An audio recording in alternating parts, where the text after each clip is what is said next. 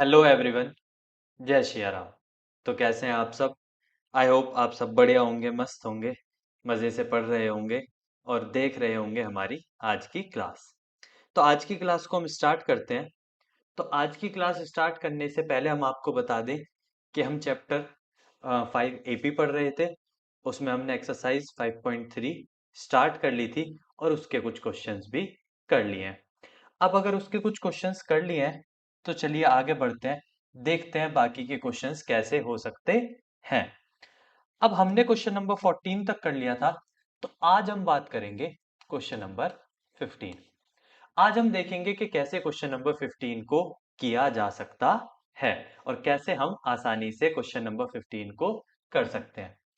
कह रहा है a contract on construction job specifies a penalty for delay of completion beyond a certain date as follows। कह रहे हैं एक कंस्ट्रक्टर यानी मजदूरी की जॉब मिली, उसमें 200 रुपए दिए जाएंगे उसे पहले दिन। पहले दिन कितने रुपए दिए जाएंगे? 200। तो यानी एक जॉब है जिसमें पहले दिन कितने रुपए दिए जा रहे हैं? 200। फिर अगले दिन कितने रुपए दिए जा रहे हैं? 250। और इसी तरीके से रुपए दिए जा रहे हैं। कह रहे हैं the penalty for each succeeding day being 50 more than the preceding day. बिल्कुल सही। पेनल्टी हर दिन बढ़ती जाएगी। पहले दिन 200 रुपए की पेनल्टी है, फिर 250 रुपए की पेनल्टी है, तो ये पेनल्टी लग रही है बार बार। कह रहे हैं how much money contractor has to pay as penalty अगर वो काम कितने दिन लेट करता है? 30 दिन।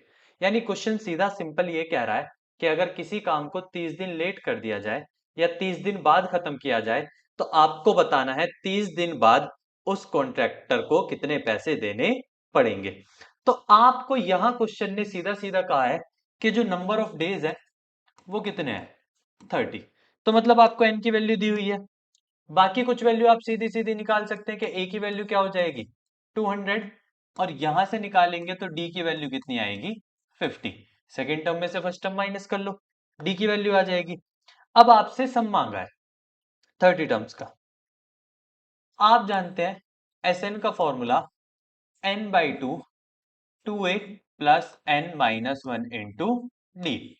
तो अगर ये सम का फॉर्मूला होता है तो जिसमें n की वैल्यू आपसे को क्या दी हुई है? 30। a की वैल्यू कितनी दी हुई है? 200। n की वैल्यू 30 दी हुई है, d की वैल्यू कितनी दी हुई है? 50। अब आप इसे सॉल्व कर सकते हैं। 2 से इसे 15 टाइम्स काट सकते हैं। 200 की 2 में मल्टीप्लाई 400 हो जाएगा और बाकी 29 इंटू ये हो जाएगा 50। अब आप मल्टीप्लाई कर सकते हैं। 29 50 इंटू 4 बनता है, वैसे तो ये 50 इंटू 8। हाँ हाँ, चलो ठीक है, आपस में मल्टीप्लाई करेंगे तो 400 प्लस 5 9 जा 45 का 5 कैरी लगा 4 5 2 जा 10 और 4 14। आप इन्हें ऐड कर लीजिए। 15 इंटू इसे आपस में ऐड करेंगे तो 1850। और 1850 आने के बाद अगर आप इन दोनों की टोटल मल्टीप्लाई करेंगे तो आपको पता चल जाएगा कॉन्ट्रैक्टर को कितने पैसे देने हैं पेनल्टी के तौर पर। तो जीरो हो जाएगा। 15 पंजे 75 का 5 कैरी लगा 7 हो जाएगा। 15 अट्ठे 15 8 जा 15 6 जा 90 15 8 जा 120 120 एंड 7 127 का 7 कैरी लगा 12 15 1 जा 15 17 और 27। मतलब इतने रुपए 27,750 रुपए उसे पेनल्टी के तौर पे पे करने पड़ेंगे अगर काम कितनी लेट हो गया? 30 दिन। देख लो भैया, अगर ठेकेदार बनोगे तो काम बिल्कुल भी लेट मत करना, क्योंकि अगर किसी ने इस तरीके से पेनल्टी लगानी चालू की 50 रुपए की हर दिन, 200 रुपए से शुरू की और हर दिन की पेनल्टी 50 रुपए बढ़ाता गया, तो देख लो महीने के आखिर में आपको 27,750 रुपए देने पड़ जाएंगे। ठीक है, पेनल्टी के तौर पे।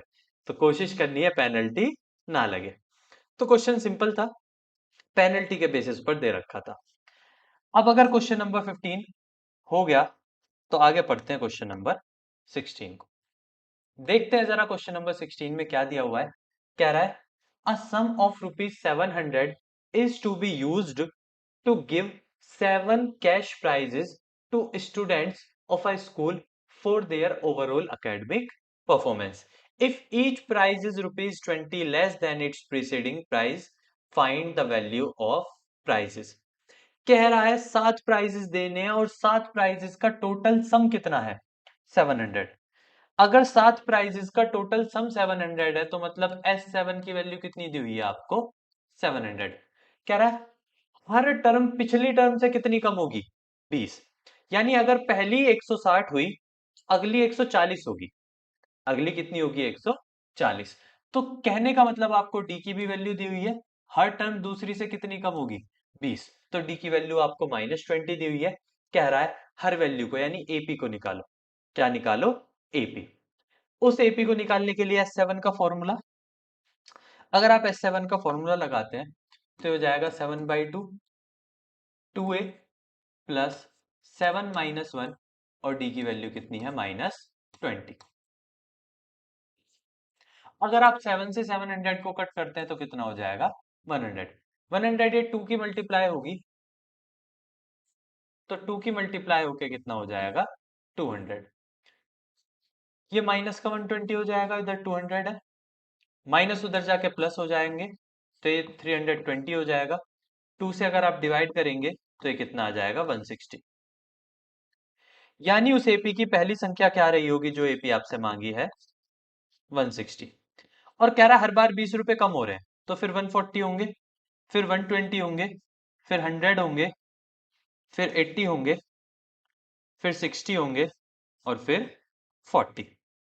देख लो, आपको 7 प्राइजेस तो देने थे, तो 7 के 7 प्राइजेस दे दिए हमने। ठीक है, अब 7 के 7 प्राइजेस कैसे दे दिए भैया? पहले वाले को प्राइस कितना निकल के आया था? 160।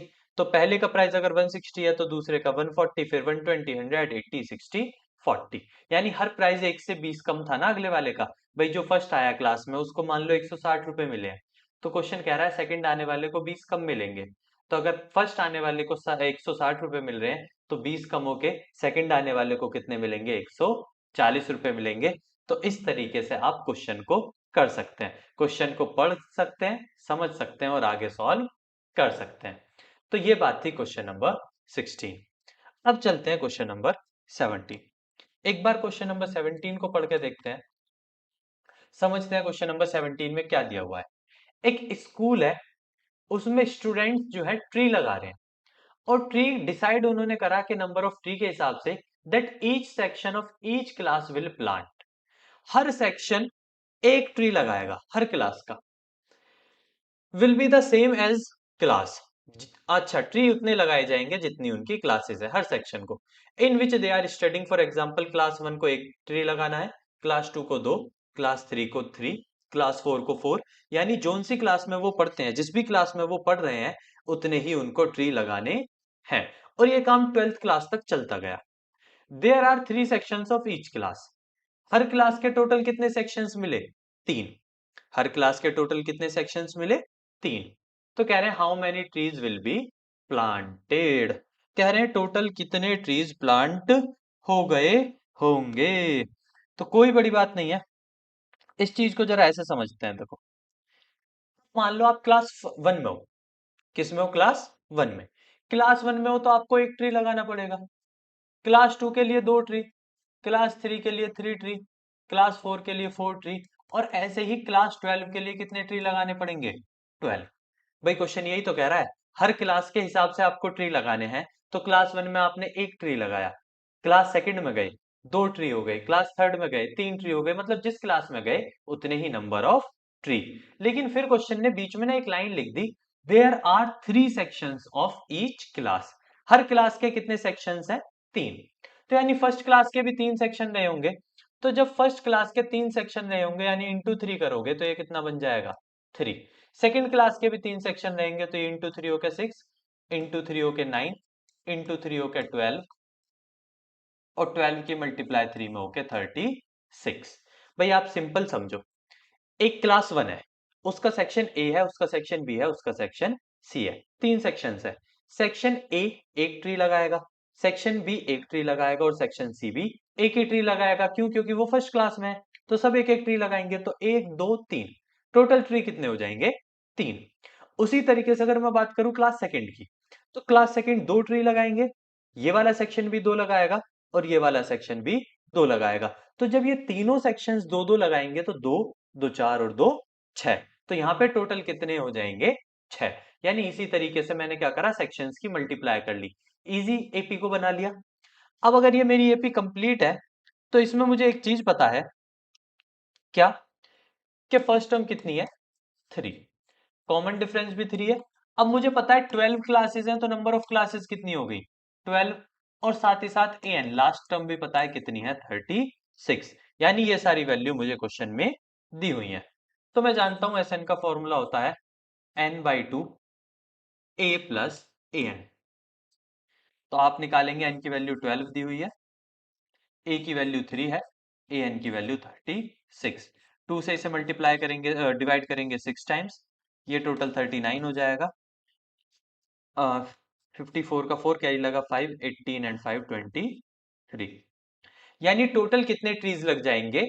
234। टोटल इतने ट्री लग जाएंगे अगर 3 सेक्शंस हर क्लास के हों और हर क्लास अपने क्लास नंबर के अकॉर्डिंग ही ट्री लगाएं। तो टोटल ट्री जो लग जाएंगे वो होंगे 234।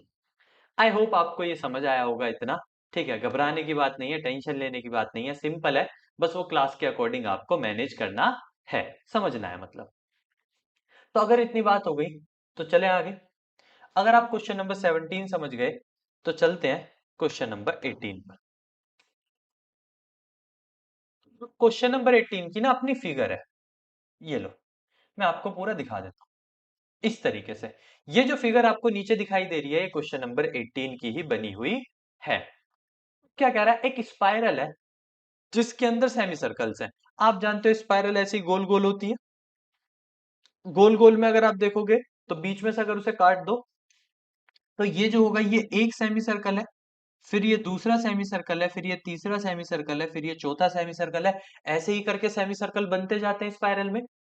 तो स्पाइरल में जो सेमी सर्कल्स बनते जाते हैं उनकी रेडियस आपको दी हुई है 0.5, 1, 1.5, 2, इस तरीके से।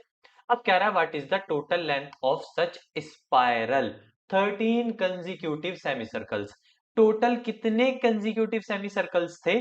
13। अब यहां बात को समझना, यहां आपसे सम नहीं मांगा, नहीं नहीं नहीं, आपसे कहा टोटल लेंथ बताओ स्पाइरल की। तो जरा मेरी एक बात को समझो, एक स्पाइरल की लेंथ ये नहीं होगी जो ये बी से यहां तक गया होगा।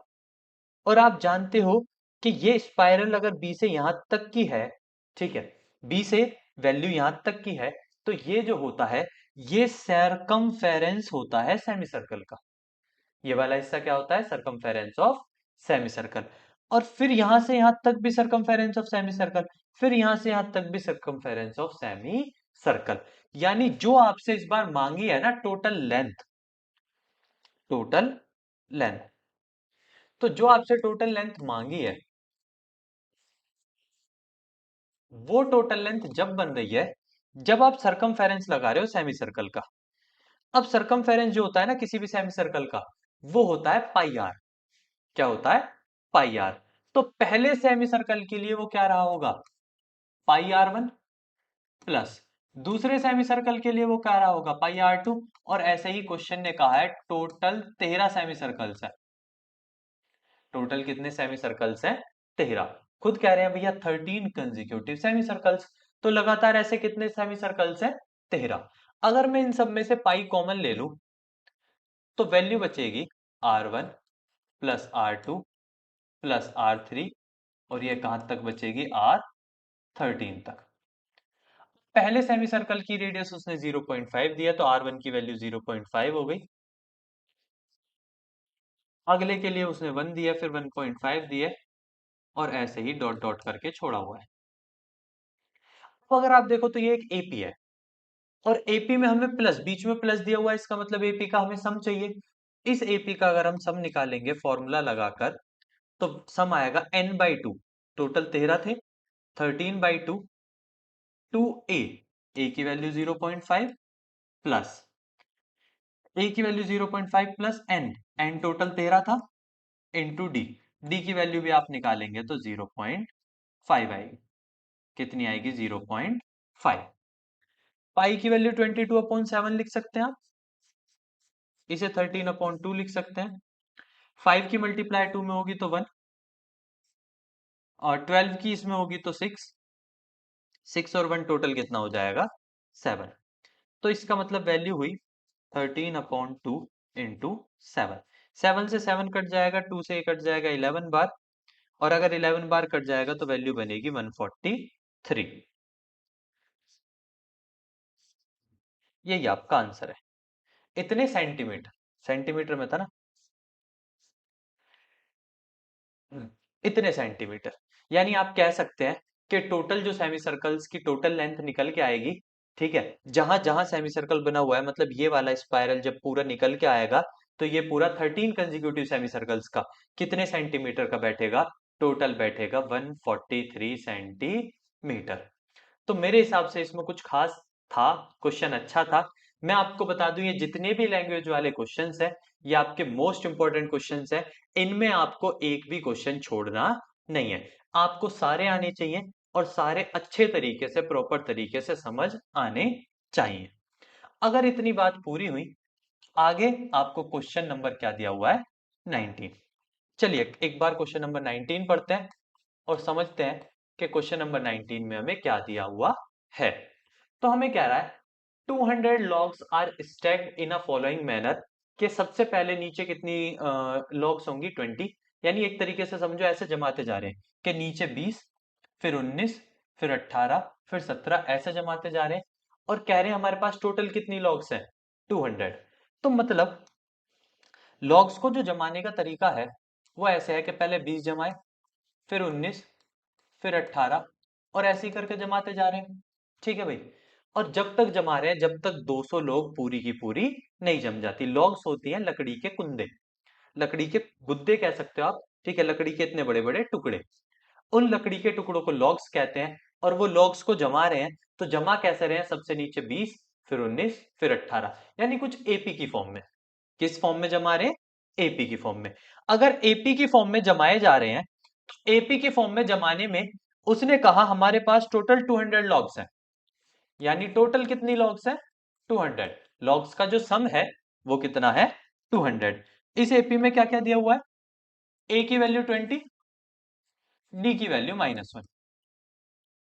ये तीन चीजें आपको दी हुई हैं।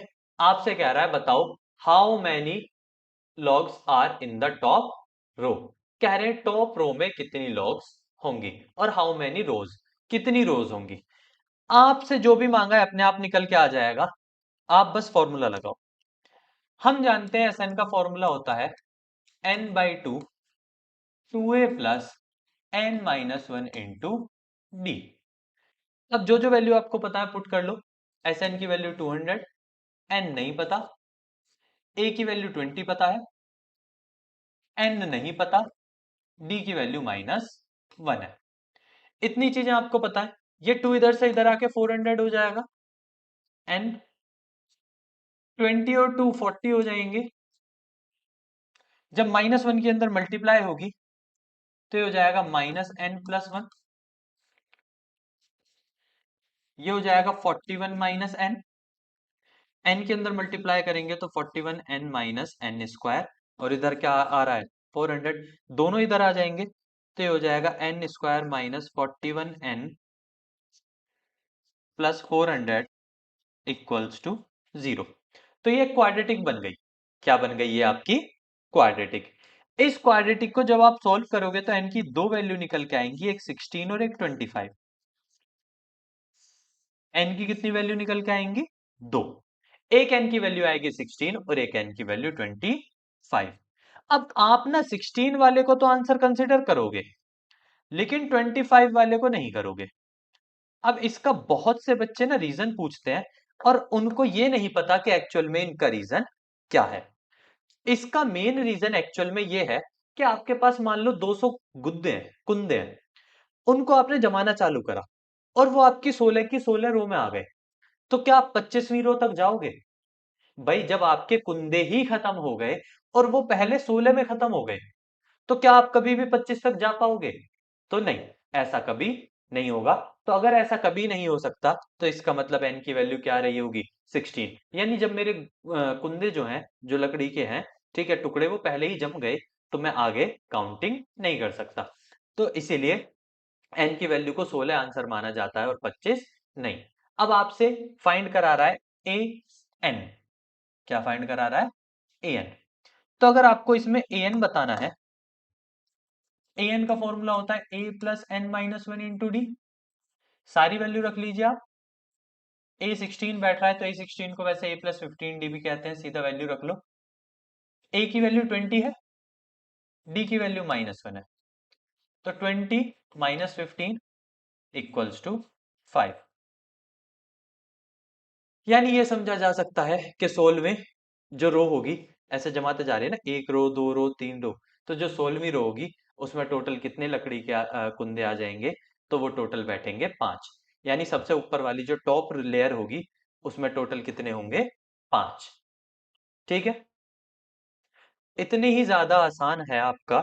ठीक है, इससे ज्यादा मुश्किल चीजें आपकी नहीं है, आप आसानी से कर सकते हैं, कोई मुश्किल काम नहीं है। अब अगर मैं अगले क्वेश्चन की बात करूं, मोस्ट इंपॉर्टेंट क्वेश्चन है, आप सबको बहुत अच्छे से आना चाहिए। क्वेश्चन नंबर 20 क्या कह रहे हैं?